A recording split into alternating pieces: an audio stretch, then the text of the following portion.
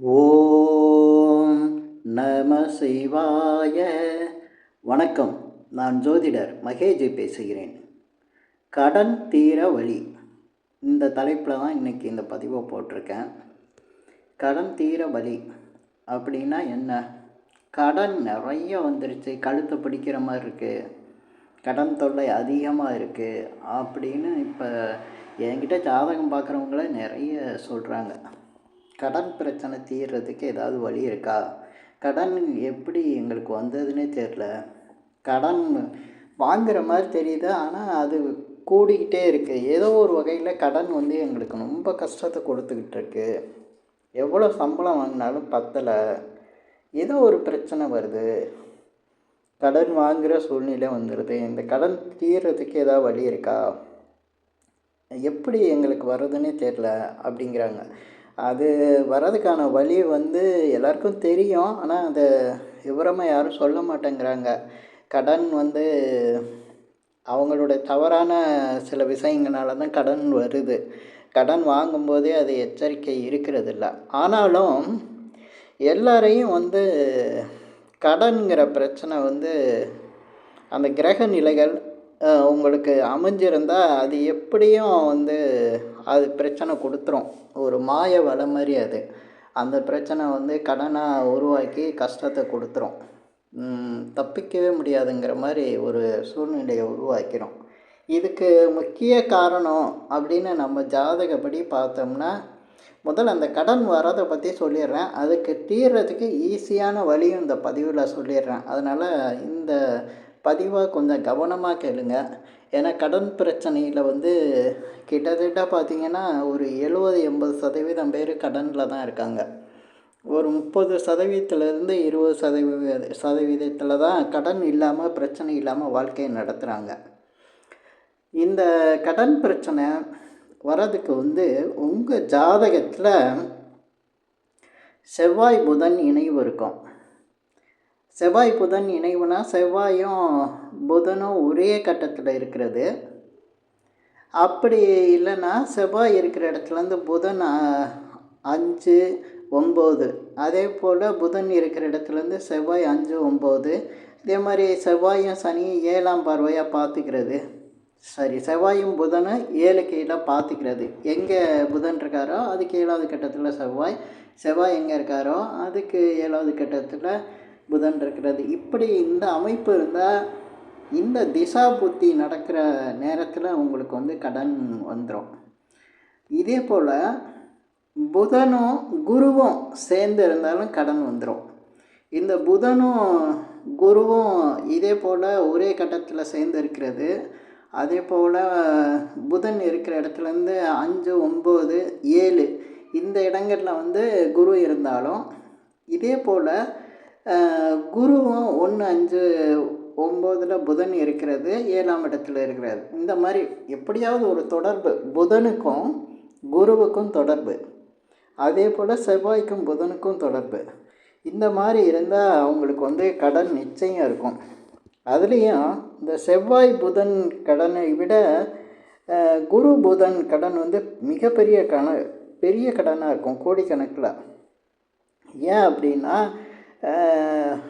குரு ஒரு பெரிய கிரகம், அதனால் கடனும் பெருசாக கொடுத்துரும். இது நம்ம ஜாதகத்தில் எப்படி அமையுதுன்னா, இப்போ புதன் காலபுருஷனுக்கு 6ஆம் இடமாக வருவார். கடன், ரோக, சத்ரு, அதாவது நம்மளுக்கு தேவை கடன். அந்த கடனை சொல்லக்கூடியவரே புதன் தான். அப்படி இருக்கும்போது இப்போ மேசத்துலேருந்து பார்க்கும்போது 6ஆம் இடமாக புதன் வரும். அந்த புதன் தான் கடனை சொல்லக்கூடியவர். இந்த கடனை சொல்லக்கூடியவருக்கு பெரிய பிரச்சனையாக கொடுக்கறது பார்த்திங்கன்னா, காலபுருஷனுக்கு 8ஆம் இடமான செவ்வாயோட தொடர்பு வர்றது. இந்த செவ்வாய் இந்த இவங்க புதனோட சேர்ந்து இருக்கும்போது அவங்களுக்கு கடன் பிரச்சனை எப்படியாவது வந்துடுது. இந்த கடன் பிரச்சனைனால மிகப்பெரிய தொல்லை ஆளாயிடுறாங்க. அதோட என்னென்னா, இவங்கள்ட்ட எவ்வளோ பணம் இருந்தாலும் அது இல்லாமல் போயிடும். கோடிக்கணக்கில், லட்சக்கணக்கில், திடீர் அதிர்ஷ்டம் மாதிரிலாம் இவங்களுக்கு பணம் கிடைக்கும்.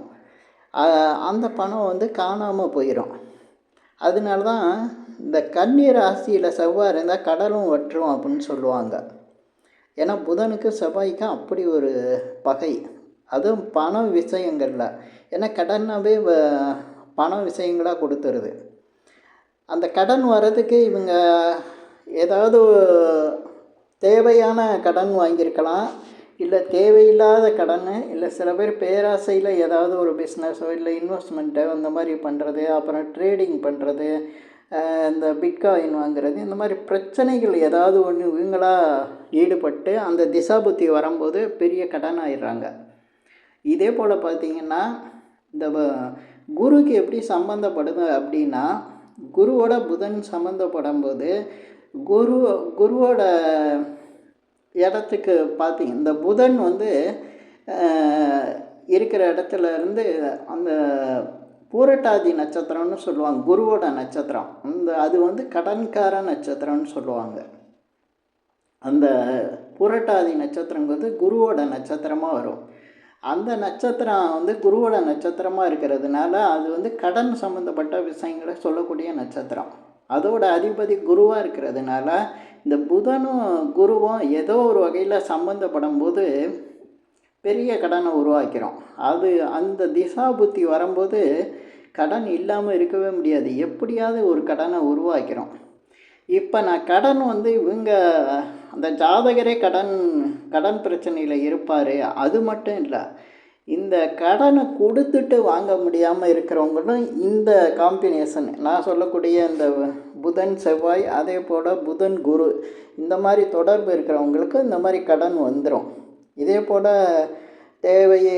குடும்ப தேவைகளுக்காக, வீடு கட்டுறதுக்கு, இதே போல் திருமண விஷயங்களுக்கு, இல்லை இந்த மாதிரி ஒரு இன்வெஸ்ட்மெண்ட்டு அந்த மாதிரி, இல்லை பார்த்திங்கன்னா இந்த ட்ரேடிங் பண்ணுறது, இந்த மாதிரி ஏதோ ஒரு கடனை வாங்க வச்சிரும். இந்த மாதிரி கடனை வாங்க வச்சுட்டு அந்த கடனில் பெரிய பிரச்சனையை கொடுத்துரும். கட்ட முடியாத அளவுக்கு வேறொரு பிரச்சனை, ஏதோ ஒரு சிக்கலை கொடுத்துரும். அதே போல் சில பேர் எங்கேயாவது யாருக்காவது கொடுக்குறேன்ட்டு ஏமாந்துருவாங்க. அதே போல் பெரிய அளவில் ஆசைப்பட்டு எங்கேயாவது கடன் வாங்கி கொடுத்து அதையும் ஏமாந்துருவாங்க. இப்படி கடனுக்கு வந்து எத்தனையோ வழி இருக்குது, அது பூரா நம்ம பேசிகிட்டு இருக்க முடியாது. இந்த மாதிரி கடன் வந்து இவங்களுக்கு இந்த புதன் செவ்வாய், அதே போல்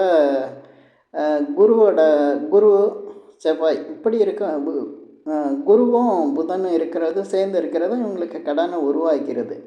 இதே போல் பார்த்திங்கன்னா இது மட்டும் இல்லை, செவ்வாயோட நட்சத்திரங்களில் ஏதாவது ஒரு கிரகம் இருந்து, புதனோட நட்சத்திரத்தில் ஏதாவது ஒரு கிரகம் இருந்து இந்த காம்பினேஷனில் உங்களுக்கு திசா புத்தி நடந்தால், இப்போ உதாரணத்துக்கு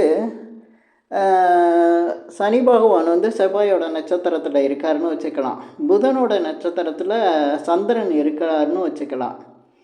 அப்போ இந்த சனியும் புதனும் வரக்கூடிய இந்த காலகட்டத்தில், சனி திசையில் புதன் புத்தியோ இல்லை புதன் திசையில் சனி புத்தியோ, இந்த மாதிரி வரக்கூடிய காலகட்டங்கள் நிச்சயம் இந்த மாதிரி கடன் வந்துடும். கடன் வந்து மிகப்பெரிய அளவுக்கு தொல்லை கொடுக்கும். ஓகே, இந்த மாதிரி கடன் வந்த பிறகு அந்த கடன் வந்து வரத்துக்கு முன்னால் ஜாதகம் பார்த்து இந்த மாதிரி பிரச்சனை இருக்குது, கடன் வந்துடும் அப்படின்னு தெரிஞ்சால் அந்த கடனை ஓரளவுக்கு சமாளிக்கிற அளவுக்கு வாங்கிக்கலாம். சில பேருக்கு தேவையில்லாமல் ஏதாவது பிரச்சனை வருது அப்படின்னு தெரியும் போது, இல்லை கடன் கொடுக்கக்கூடிய சூழ்நிலை வரும்போது எச்சரிக்கையாக இருக்கலாம். இந்த மாதிரி திசா புத்தி காம்பினேஷனில் வருதுன்னா கண்டிப்பாக வரும், 100% வரும். ரொம்ப சிம்பிள். லைஃப்பில் வந்து நல்லா இருக்கணும்னா ஜாதகத்தை பார்த்து அந்த கிரகங்களை வந்து எப்படி போயிட்டுருக்கு, இப்போ என்ன திசா புத்தி நடக்குது, கோச்சார் ரீதியாக கிரகங்கள் எப்படி இருக்குது அப்படின்னு தெரிஞ்சுக்கிட்டாலே பல பேர் பல பிரச்சனைகளை வந்து தவிர்த்துக்கலாம்.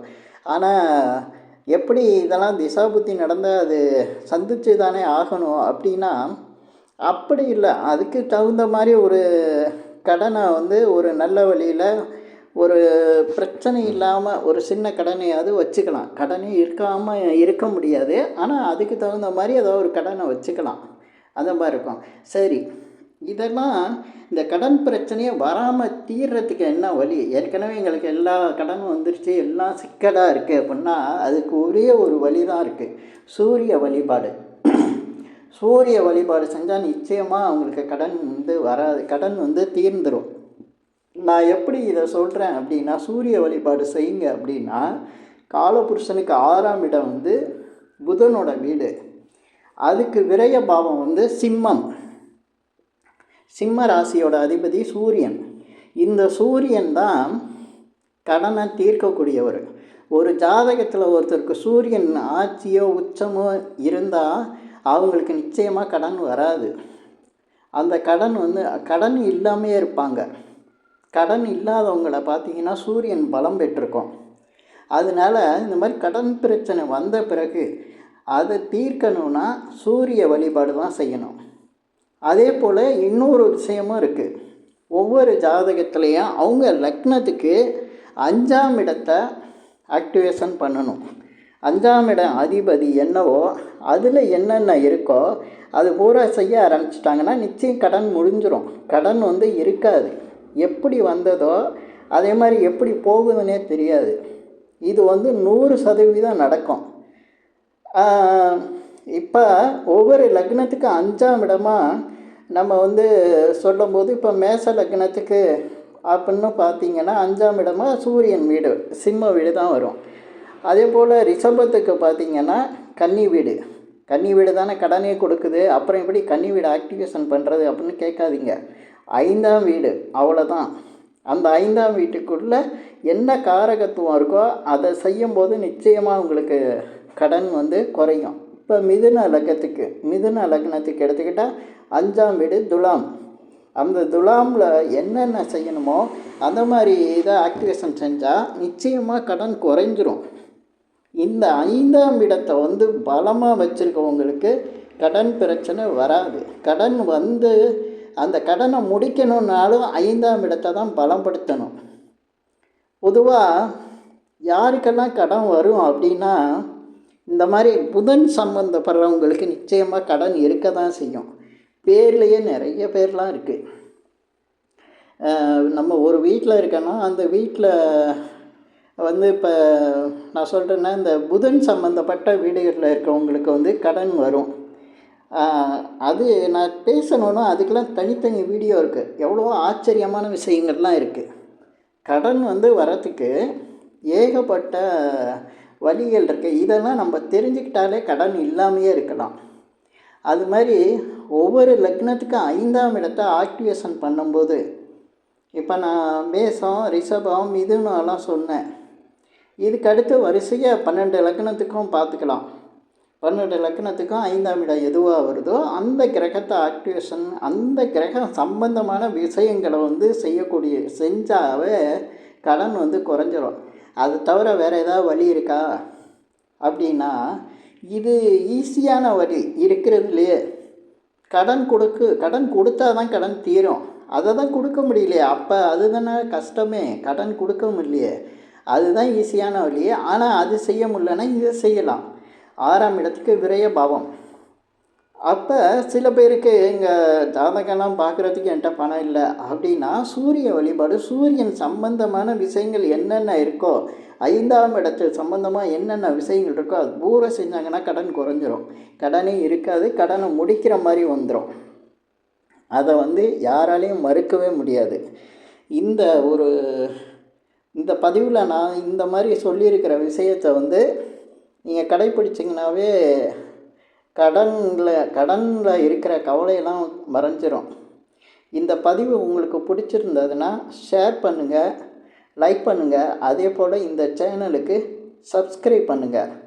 என்கிட்ட ஜாதகம் பார்க்கணுன்னா மட்டும் கீழே இருக்க என் நம்பருக்கு கால் பண்ணுங்கள். நன்றி, வணக்கம்.